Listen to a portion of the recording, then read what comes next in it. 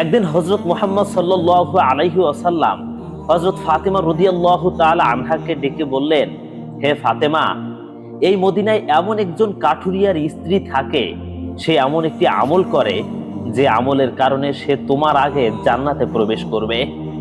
হুজুরে পাক সাল্লাল্লাহু আলাইহি ওয়াসাল্লামের কথা শুনে হযরত ফাতেমা রাদিয়াল্লাহু তাআলা আনহা বললেন, আব্বা জান, এটা কিভাবে সম্ভব? আমি জান্নাতের সকল মহিলাদের সর্দারিনী, কিভাবে কোনো মহিলা আমার পূর্বে জান্নাতে প্রবেশ করবে?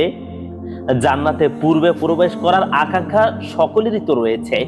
আব্বাজান, দয়া করে আপনি আমাকে সেই কাটুরিয়ার স্ত্রীর ঠিকানা বলুন, আমি যাতে দেখে আসতে পারি সে কি এমন আমল করে যে আমলের কারণে সে আমার পূর্বে জান্নাতে প্রবেশ করবে।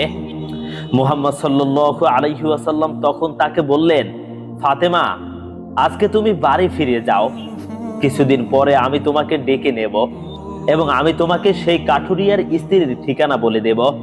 প্রিয় নবী হযরত মুহাম্মদ সাল্লাল্লাহু আলাইহি ওয়াসাল্লামের এই কথা শোনার পরে হযরত ফাতেমা রাদিয়াল্লাহু তাআলা আনহা বাড়ি ফিরে আসলেন। এইভাবে বেশ কিছুদিন অতিবাহিত হয়ে গেল। এর মধ্যে হযরত ফাতেমা রাদিয়াল্লাহু তাআলা আনহা অসুস্থ হয়ে পড়লেন।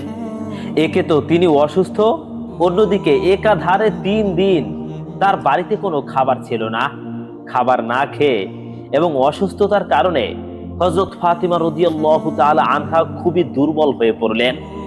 শেরে খোদা হযরত আলীর কাছে তখন কোনো অর্থ ছিল না, টাকা পয়সা ছিল না, যেটা দিয়ে হযরত আলী কোনো খাবার কিনে আনতে পারত। 3 দিন অতিবাহিত হবার পর হযরত ফাতেমা রাদিয়াল্লাহু তাআলা আনহা হযরত আলী রাদিয়াল্লাহু তাআলা আনহুর হাতে একটি কাপড় দিয়ে বললেন, হে আমার প্রিয় স্বামী, আপনার হয়তো মনে আছে আব্বাজান হযরত মুহাম্মদ সাল্লাল্লাহু আলাইহি ওয়াসাল্লাম আমাদের বিয়ের সময় এই কাপড়টি আমাকে হাদিয়া স্বরূপ দিয়েছিলেন। এটি অত্যন্ত বরকতময় একটি কাপড়। আমার মন চাচ্ছে না যে এই কাপড়টি আমি বিক্রি করে দেই, কিন্তু তারপরেও যেহেতু আমাদের ঘরে 3 দিন যাবত কোনো খাবার নেই, তাই আপনাকে এই বরকতময় কাপড়টি আমি দিচ্ছি।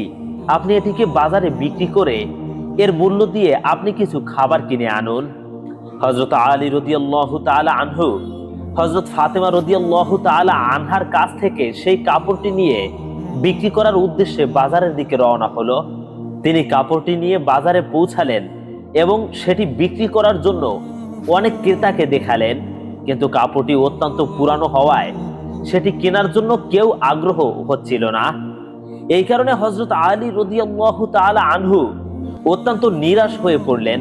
তখন তিনি আল্লাহ রব্বুল আলামিনের দরবারে ফরিয়াদ করলেন, হে রাব্বুল আলামিন, এই কাপড়টি অত্যন্ত পুরাতন, তাই এটিকে কেনার জন্য কোনো ক্রেতা আগ্রহ দেখাচ্ছে না।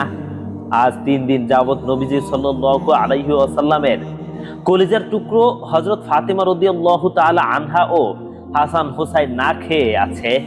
রব্বুল আলামিন, আজকে যদি আমি এই কাপড়টি বাজারে বিক্রি করে এর মূল্য দিয়ে খাবার কিনে বাড়িতে যদি না যেতে পারি, তাহলে আজকেও তাদেরকে না খেয়ে থাকতে হবে। আপনি এই কাপড়টি কেনার জন্য একজন ক্রেতার ব্যবস্থা করে দিন। শেরে খোদা হযরত আলী রাদিয়াল্লাহু তাআলা আনহুর এই দোয়ার পরে একজন ক্রেতা আগমন করলো এবং সে তাকে প্রশ্ন করলো, আলী, তুমি কি এই কাপড়টি বিক্রি করতে চাও? হযরত আলী রাদিয়াল্লাহু তাআলা আনহু বললেন, জনাব, আমি তো এই কাপড়টি বিক্রি করার জন্যই বাজারে নিয়ে এসেছি। তখন সে বলল, কি পরিমাণ অর্থ দিলে তুমি এই কাপড়টি বিক্রি করবে? তখন শেরে খোদা হযরত আলী রাদিয়াল্লাহু তাআলা আনহু জানতেন এই কাপড়টি অত্যন্ত পুরাতন, এর মূল্য সর্বোচ্চ 1 দিরহাম কিংবা 2 দিরহাম হতে পারে। তাই তিনি কোনো দাম না চেয়ে বললেন, জনাব, আপনার যা মর্জি তাই প্রদান করুন, আমি নিজের পক্ষ থেকে এই কাপড়টির কোনো দাম চাচ্ছি না। তখন সেই ক্রেতা বলল, আমি 6 দিরহাম দিয়ে এই কাপড়টি ক্রয় করতে চাই, তুমি কি বিক্রি করতে রাজি আছো? হযরত আলী রাদিয়াল্লাহু তাআলা আনহু খুশির সাথে রাজি হয়ে গেলেন এবং বললেন, জনাব, আপনি আমাকে 6 দিরহাম দিয়ে এই কাপড়টি ক্রয় করতে পারেন। এরপর ক্রেতা হযরত আলী রাদিয়াল্লাহু তাআলা আনহুকে 6 দিরহাম দিল এবং হযরত আলী রাদিয়াল্লাহু তাআলা আনহু তাকে সেই কাপড়টি হস্তান্তর করলেন। তখন অপরদিকে আল্লাহ রব্বুল আলামিনের একদল ফেরেশতা অন্য আরেক দল ফেরেশতাকে বলতে লাগলো, নবীজি সাল্লাল্লাহু আলাইহি ওয়াসাল্লামের সাহাবীরা অত্যন্ত দানশীল। তারা সুখে দুঃখে সর্ব অবস্থায় দান সদকা করে।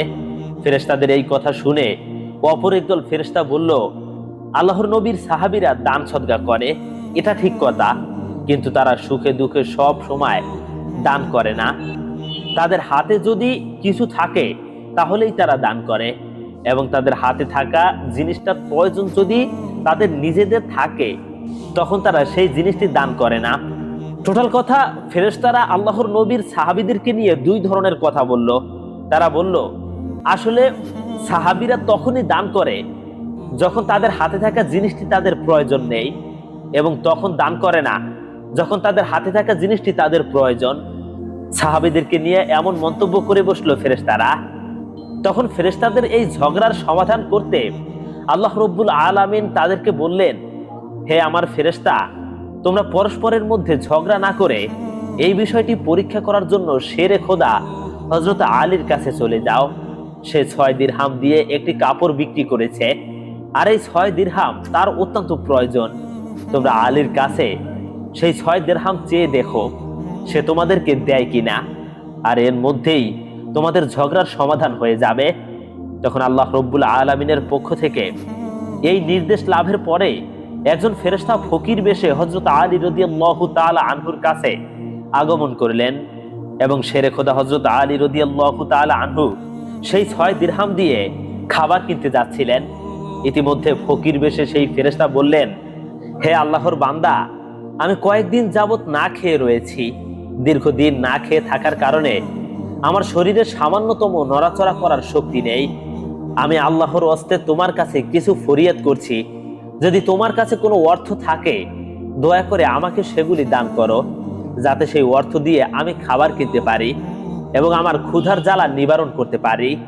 ফকিরের এই প্রার্থনা শুনে হযরত আলী রাদিয়াল্লাহু তাআলা আনহু ভাবতে লাগলেন, হে আল্লাহ, আজ 3 দিন যাবত আমার স্ত্রী ও সন্তানেরা না খেয়ে রয়েছে।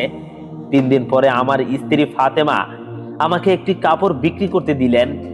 বলা ছিল সেই কাপড় বিক্রি করে তার অর্থ দিয়ে আমি তাদের জন্য কিছু খাবার কিনে নিয়ে যাব, কিন্তু এখন আল্লাহর এক অসহায় বান্দা আমার কাছে ভিক্ষা প্রার্থনা করছে।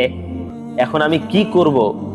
আমি কি আমার স্ত্রী ও সন্তানের জন্য খাবার কিনে নিয়ে যাব, নাকি এই ভিক্ষুককে দান করে দেব? সর্বশেষে তিনি সিদ্ধান্ত নিলেন যে এই অর্থগুলি ভিক্ষুককে দান করে দেবেন। অতঃপর তিনি মনে মনে ভাবতে লাগলেন, আল্লাহ আমার উত্তম অভিভাবক, এই ভিক্ষুককে আমি 6 দিরহাম দান করে দেই, অতঃপর আল্লাহ রব্বুল আলামিন আমার জন্য উত্তম ব্যবস্থা করে দেবেন। তখন হযরত আলী রাদিয়াল্লাহু তাআলা আনহু সেই 6 দিরহাম ভিক্ষুককে দান করে দিলেন। এরপর অত্যন্ত চিন্তিত এবং পেরেশান মনে হযরত আলী সামনের দিকে চলতে লাগলেন। ইতিমধ্যেই দেখা গেল এক ব্যক্তি হযরত আলী রাদিয়াল্লাহু তাআলা আনহুর কাছে একটি লাল ঘোড়া নিয়ে আসলো, এবং সে তাকে বলল, হে শেরে খোদা আলী, আপনি কি আমার কাছ থেকে এই লাল ঘোড়াটি কিনতে চাচ্ছেন? তখন হযরত আলী রাদিয়াল্লাহু তাআলা আনহু বললেন, ভাই, আমি কিভাবে এই ঘোড়াটি আপনার কাছ থেকে কিনবো? আমার হাতে তো কোনো অর্থ নেই। তখন সেই ব্যক্তি বলল, হে শেরে খোদা হযরত আলী, আমি বাকিতে আপনার কাছে এই ঘোড়াটি বিক্রি করব। আপনি এই ঘোড়াটি নিয়ে ব্যবসা করুন, এরপর ব্যবসায় লাভ হলে আমার মূল্য আমাকে চুকিয়ে দেবেন। হযরত আলী রাদিয়াল্লাহু তাআলা আনহু তখন ভাবলেন, যেহেতু বাকিতে তিনি আমাকে এই ঘোড়াটি বিক্রি করতে চাইছে, তাহলে তো তা নিতে আমার সমস্যা কোথায়? অতঃপর হযরত আলী রাদিয়াল্লাহু তাআলা আনহু বললেন, আপনি কত দিরহামের বিনিময়ে এই ঘোড়াটি বিক্রি করবেন? সেই ব্যক্তিটি বললেন, আমি 100 দিরহামের বিনিময়ে এই ঘোড়াটি আপনার কাছে বিক্রি করলাম। হযরত আলী রাদিয়াল্লাহু তাআলা আনহু সেই ঘোড়াটি 100 দিরহামের বিনিময়ে তার কাছ থেকে কিনে নিল। এরপর ঘোড়াটি বিক্রি করার জন্য বাজারে নিয়ে গেল। হযরত আলী রাদিয়াল্লাহু তাআলা আনহু যখন সেই ঘোড়াটি বিক্রি করার জন্য বাজারে নিয়ে গেলেন, তখন এক ব্যক্তি এসে তাকে জিজ্ঞেস করলেন, হে শেরে খোদা হযরত আলী, আপনি কি এই ঘোড়াটি বিক্রি করতে চান? তখন হযরত আলী রাদিয়াল্লাহু তাআলা আনহু বললেন, ভাই, আমি তো এই ঘোড়াটি বিক্রি করার জন্যই বাজারে নিয়ে এসেছি। সেই ব্যক্তিটি বললেন, আপনি কত দিরহামের বিনিময়ে এই ঘোড়াটি বিক্রি করতে চান? তখন হযরত আলী রাদিয়াল্লাহু তাআলা আনহু নিজের থেকে কোনো দাম না বলে সেই ব্যক্তিকে বললেন, আপনি কত দিরহামের বিনিময়ে এই ঘোড়াটি কিনতে পারবেন? সেই ব্যক্তিটি বলল, আমি 160 দিরহামের বিনিময়ে আপনার কাছ থেকে ঘোড়াটি কিনতে চাই। হযরত আলী রাদিয়াল্লাহু তাআলা আনহু চিন্তা করলেন, আমি তো এই ঘোড়াটি মাত্র 100 দিরহামের বিনিময়ে কিনেছি, আর তিনি আমাকে মূল্য দিতে চাইছেন 160 দিরহাম, অতএব এতে আমার 60 দিরহাম লাভ হবে। তখন হযরত আলী রাদিয়াল্লাহু তাআলা আনহু বললেন, ভাই, আমি আপনার কাছে 160 দিরহামের বিনিময়ে এই ঘোড়াটি বিক্রি করে দিলাম। সেই ব্যক্তিটি 160 দিরহামের বিনিময়ে হযরত আলীর কাছ থেকে সেই ঘোড়াটি কিনে নিলেন। এরপরে হযরত আলী রাদিয়াল্লাহু তাআলা আনহু যে ব্যক্তির কাছ থেকে সেই ঘোড়াটি কিনেছিলেন তাকে 100 দিরহাম পরিশোধ করার পরেও তার কাছে রয়ে গেল 7 দিরহাম। তিনি মাত্র 6 দিরহাম আল্লাহর রাস্তায় দান করেছিলেন, আর আল্লাহ রব্বুল আলামিন তার বিনিময়ে তাকে 10 গুণ বৃদ্ধি করে 7 দিরহাম ফেরত দিলেন। অতঃপর সেই 7 দিরহামের বিনিময়ে শেরে খোদা হযরত আলী রাদিয়াল্লাহু তাআলা আনহু বিপুল পরিমাণ খাদ্য কিনে বাড়ির পথে রওনা হলেন। যখন তিনি বিপুল পরিমাণে খাদ্য কিনে বাড়িতে ফিরে আসলেন, তখন হযরত ফাতেমা রাদিয়াল্লাহু তাআলা আনহা তাকে বললেন, হে আলী, আমি আপনাকে যে কাপড়টি বিক্রি করতে বলেছিলাম সেই কাপড়ের মূল্য দিয়ে তো এত পরিমাণ খাবার কেনা সম্ভব নয়, তাহলে আপনি এত খাবার কেনার অর্থ কোথায় পেলেন? আপনি আগে আমাকে এই কথা বলুন, তারপরে আমার বাড়িতে আপনি প্রবেশ করুন। হযরত আলী রাদিয়াল্লাহু তাআলা আনহু বললেন, ফাতেমা, আগে আমি বাড়িতে প্রবেশ করি, তারপরে না হয় আমি তোমাকে প্রকৃত ঘটনা খুলে বলবো। কিন্তু হযরত ফাতেমা রাদিয়াল্লাহু তাআলা আনহা তাকে বললেন, আগে আপনি প্রকৃত ঘটনা খুলে বলুন, তারপরেই আপনি বাড়িতে প্রবেশ করতে পারবেন। শেরে খোদা হযরত আলী রাদিয়াল্লাহু তাআলা আনহু হযরত ফাতেমা রাদিয়াল্লাহু তাআলা আনহাকে বললেন, তুমি তো ভালো করেই জানো যে তোমার স্বামী হযরত আলী কোনো দিনই কোনোভাবে অবৈধ কোনো অর্থ উপার্জন করতে পারে না। আমি যে পন্থায় এই অর্থগুলি উপার্জন করেছি তা সম্পূর্ণ বৈধ একটি পন্থা, অতএব এই ব্যাপারে তোমার সন্দেহ করার কোনো কারণ নেই। কিন্তু হযরত ফাতেমা রাদিয়াল্লাহু তাআলা আনহা হযরত আলী রাদিয়াল্লাহু তাআলা আনহুর এই কথাগুলি তেমন ভাবে বুঝতে চাইছিলেন না। হযরত আলী ও হযরত ফাতেমার মাঝে এই ঘটনা ঘটার কিছুদিন পরে নবী পাক সাল্লাল্লাহু আলাইহি ওয়াসাল্লাম হযরত ফাতেমাকে তার দরবারে ডাক দিলেন। অতঃপর তিনি তাকে বললেন, হে ফাতেমা, তোমার কি মনে আছে আমি কিছুদিন পূর্বে তোমাকে বলেছিলাম একজন কাঠুরিয়ার স্ত্রী তোমার পূর্বে জান্নাতে প্রবেশ করবে?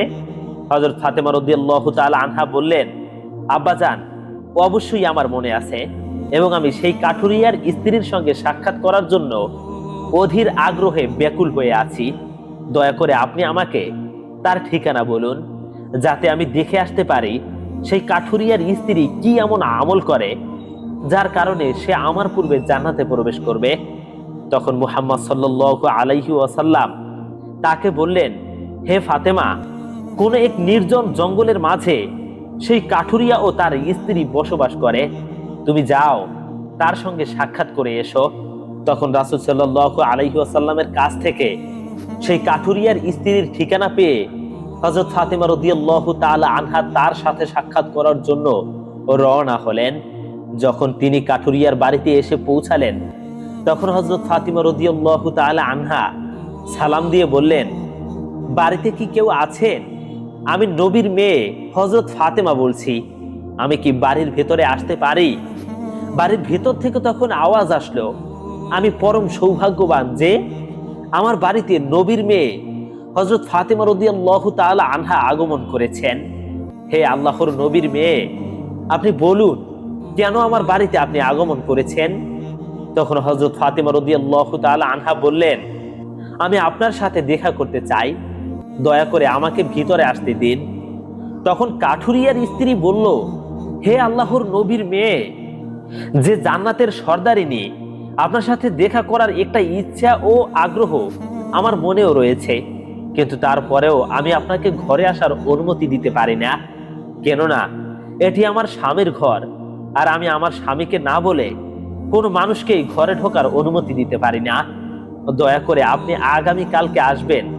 আমি আমার স্বামীর কাছ থেকে আপনার ব্যাপারে অনুমতি নিয়ে রাখবো। যদি আমার স্বামী অনুমতি দান করেন তবেই কেবল আপনাকে ঘরে প্রবেশ করার অনুমতি দিতে পারি। কাঠুরিয়ার স্ত্রীর কাছ থেকে এই কথা শোনার পরে হযরত ফাতেমা রাদিয়াল্লাহু তাআলা আনহা বাড়িতে ফিরে গেলেন। দ্বিতীয় দিন যখন তিনি কাঠুরিয়ার স্ত্রীর সঙ্গে দেখা করার জন্য বাড়ি থেকে বের হবেন, তখন হাসান রাদিয়াল্লাহু তাআলা আনহু তাকে জড়িয়ে ধরে বললেন, আম্মা জান, আপনি কালকে কোথায় গিয়েছিলেন?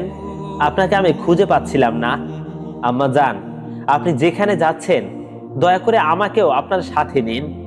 হযরত ফাতেমা রাদিয়াল্লাহু তাআলা আনহা তখন তার বড় পুত্র হযরত হাসানকে তার সাথে নিলেন। এরপরে তিনি কাঠুরিয়ার স্ত্রীর বাড়িতে পৌঁছে গেলেন। অতঃপর সালাম দিয়ে বললেন, বাড়িতে কি কেউ আছেন? আমি নবীর মেয়ে ফাতেমা বলছি এবং আমার সাথে আমার বড় পুত্র হাসান রয়েছে। আমি কি বাড়ির ভেতরে আসতে পারি? তখন ভেতর থেকে আওয়াজ দিয়ে কাঠুরিয়ার স্ত্রী বলল, হে নবীর মেয়ে হযরত ফাতেমা, আপনার সাথে দেখা করার আগ্রহ আমার মনেও রয়েছে।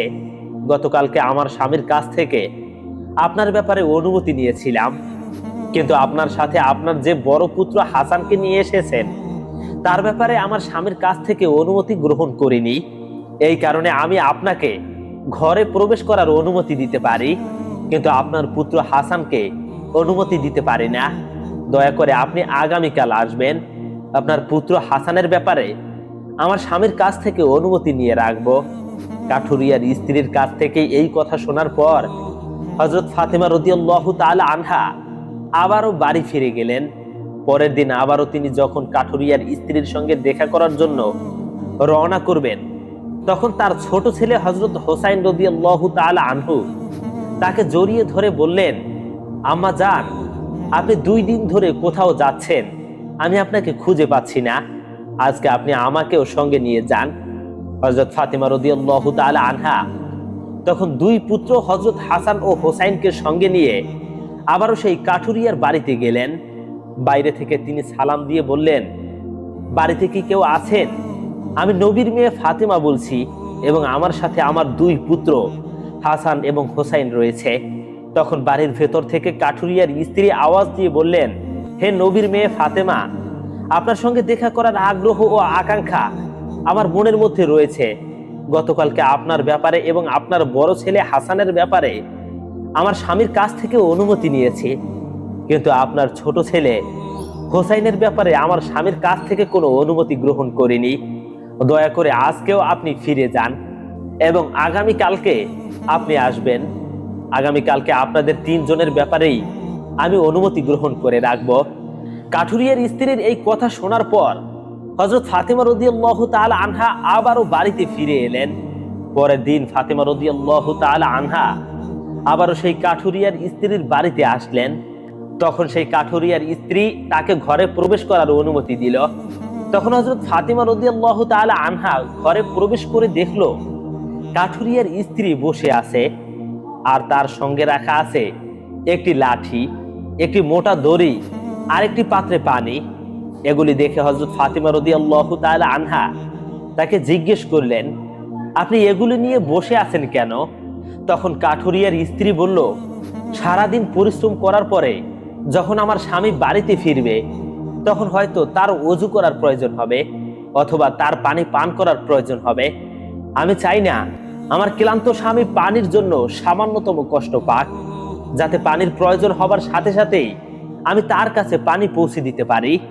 এই কারণেই আমি পানি নিয়ে বসে আছি। হযরত ফাতেমা রাদিয়াল্লাহু তাআলা আনহা আবার জিজ্ঞেস করলেন, হে বোন, তাহলে এই লাঠি নিয়ে বসে আছো কেন? তাছাড়া এই দড়ির কি প্রয়োজন? কাঠুরিয়ার স্ত্রী তখন বলল, আমার স্বামী যদি কোনো কারণে আমার উপর অসন্তুষ্ট হয় এবং আমাকে শাস্তি দেওয়ার ইচ্ছে করে তখন তার প্রয়োজন হবে একটি লাঠি এবং আমাকে বেঁধে যাতে শাস্তি দিতে পারে তার জন্য প্রয়োজন হবে একটি দড়ি। আমি চাই না এই জিনিসগুলি খোঁজাখুঁজি করতে গিয়ে আমার স্বামীর কোনো রকম কষ্ট হোক, সেই জন্য আমার সামনে এই জিনিসগুলো নিয়ে বসে আছি। যখনই আমার স্বামী আমাকে কোনো কারণে শাস্তি দিতে চাইবে তখনই তার সামনে লাঠি এবং দড়ি দিয়ে, যাতে তিনি আমাকে দড়ি দিয়ে বেঁধে লাঠি দিয়ে শাস্তি দিতে পারেন। হযরত ফাতেমা রাদিয়াল্লাহু তাআলা আনহা কাঠুরিয়ার স্ত্রীর স্বামী ভক্তি দেখে বিস্ময়ে হতবাক হয়ে গেলেন। অতঃপর তিনি তাকে আর কিছু না বলে নবী করিম সাল্লাল্লাহু আলাইহি ওয়াসাল্লামের দরবারে ফিরে আসলেন।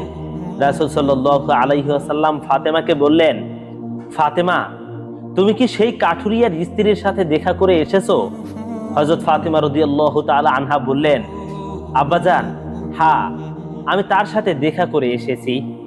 নবী করিম সাল্লাল্লাহু আলাইহি ওয়াসাল্লাম তখন বললেন, তুমি কি দেখেছো? হযরত ফাতেমা রাদিয়াল্লাহু তাআলা আনহা তখন বললেন, সেই মেয়েটি অত্যন্ত স্বামী ভক্ত।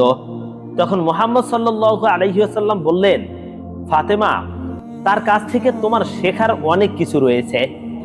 হযরত ফাতেমা রাদিয়াল্লাহু তাআলা আনহা তখন বললেন, আব্বাজান, আমি তার কাছ থেকে কি কি শিক্ষা গ্রহণ করতে পারি এবং সে কিভাবে আমার পূর্বে জান্নাতে যাবে, এই ব্যাপারটি আমাকে বুঝিয়ে বলুন। রাসূল সাল্লাল্লাহু আলাইহি ওয়াসাল্লাম তখন বললেন, হে ফাতেমা, শোনো, তুমি কিছুদিন আগে তোমার স্বামী আলীকে একটি পুরাতন কাপড় বিক্রি করার জন্য দিয়েছিলে। হযরত আলী সেই কাপড় বিক্রি করে তার অর্থ দিয়ে তোমাদের জন্য অনেক খাবার কিনে এনেছিল, কিন্তু তুমি সন্দেহ করেছিলে যে হযরত আলী এগুলো বৈধ উপার্জন করেছে কিনা। এই জন্য তুমি তোমার স্বামীকে ঘরে প্রবেশ করতে দাওনি এবং বিভিন্ন প্রশ্ন করার মাধ্যমে তাকে কষ্ট দিয়েছিলে। অথচ তুমি জানতে তোমার স্বামী হযরত আলী কোনো দিনই কোনো অবৈধ পথে উপার্জন করে না। হে ফাতেমা, তুমি যখন আলীকে সেই কাপড়টি বিক্রি করার জন্য দিয়েছিলে, হযরত আলী তার জন্য কোনো ক্রেতা খুঁজে পাচ্ছিল না। তখন আল্লাহ রব্বুল আলামিন তার ফেরেশতা মিকাইলকে সেই কাপড়টি কেনার জন্য পাঠিয়েছিলেন। আল্লাহর ফেরেশতা মিকাইল সেই কাপড় আলীর কাছ থেকে 6 দিরহামের বিনিময়ে কিনেছিল। এরপর আরেকজন ফেরেশতা এসে হযরত আলীর কাছ থেকে সেই 6 দিরহাম ভিক্ষা প্রার্থনা করে। তখন হযরত আলী সেই 6 দিরহাম আল্লাহর রাস্তায় দান করে দেয়। অতঃপর সে চিন্তিত অবস্থায় বাড়িতে ফিরে আসছিল। এমন সময় ফেরেশতা জিব্রাইল তার কাছে একটি লাল ঘোড়া হযরত আলীর কাছে 100 দিরহামের বিনিময়ে ধারে বিক্রি করে দেয় এবং হযরত আলী সেই ঘোড়াটিকে নিয়ে বাজারে যায় এবং ইসরাফিল ফেরেশতা হযরত আলীর কাছ থেকে সেই ঘোড়াটি 107 দিরহামের বিনিময়ে কিনে নেয়। আল্লাহ রব্বুল আলামিন 6 দিরহামের বিনিময়ে হযরত আলীকে 10 গুণ বৃদ্ধি করে 7 দিরহাম দিয়ে দেয় এবং সেই অর্থগুলো দিয়েই হযরত আলী তোমাদের জন্য বিপুল পরিমাণ খাবার কিনে এনেছিল। হে ফাতেমা, শুনে রাখো, যে কাপড়টি হযরত আলী বিক্রি করেছিল, আল্লাহ রব্বুল আলামিন সেই কাপড়টি জান্নাতে সংরক্ষণ করে রেখেছে এবং যে ঘোড়াটি দিয়ে হযরত আলী ব্যবসা করেছিল, সেই ঘোড়াটিও আল্লাহ রব্বুল আলামিন জান্নাতে সংরক্ষণ করে রেখেছেন। কাল কিয়ামতের দিন তুমি যখন জান্নাতে প্রবেশ করবে, তখন তুমি সেই ঘোড়ার উপরে থাকবে এবং সেই কাপড়টি হবে ঘোড়ার লাগাম, আর সেই লাগামটি ধরে থাকবে ওই কাঠুরিয়ার স্ত্রী। মূলত লাগামটি ধরে রাখার কারণেই সে তোমার আগে জান্নাতে প্রবেশ করবে এবং তুমি তার পরে জান্নাতে প্রবেশ করবে। সেই কাঠুরিয়ার স্ত্রীর অতুলনীয় স্বামী ভক্তি হলো তার এই মর্যাদা প্রাপ্তির একমাত্রই কারণ। প্রিয় দর্শক, এখন বুঝতে পারলেন তো কিভাবে একজন স্ত্রীকে তার স্বামীর ভক্ত হতে হবে, কিভাবে একজন স্বামীর খেদমত করতে হবে, আর একজন স্ত্রী কিভাবে তার স্বামীর খেদমত করলে কত দ্রুত জান্নাতে প্রবেশ করতে পারবে। মোট কথা হলো, যারা স্বামীর খেদমত করবে, স্বামীর কথা মেনে চলবে, সেই মহিলাই জান্নাতে প্রবেশ করতে পারবে। সুবহানাল্লাহ। প্রিয় দর্শক, এই হলো আমাদের আজকের ভিডিও। ভিডিওটি খুবই গুরুত্বপূর্ণ। প্রতিনিয়ত এরকমের নতুন নতুন ভিডিও পেতে হলে এখনই আমাদের চ্যানেলটি সাবস্ক্রাইব করুন। আসসালামু আলাইকুম ওয়া রাহমাতুল্লাহ।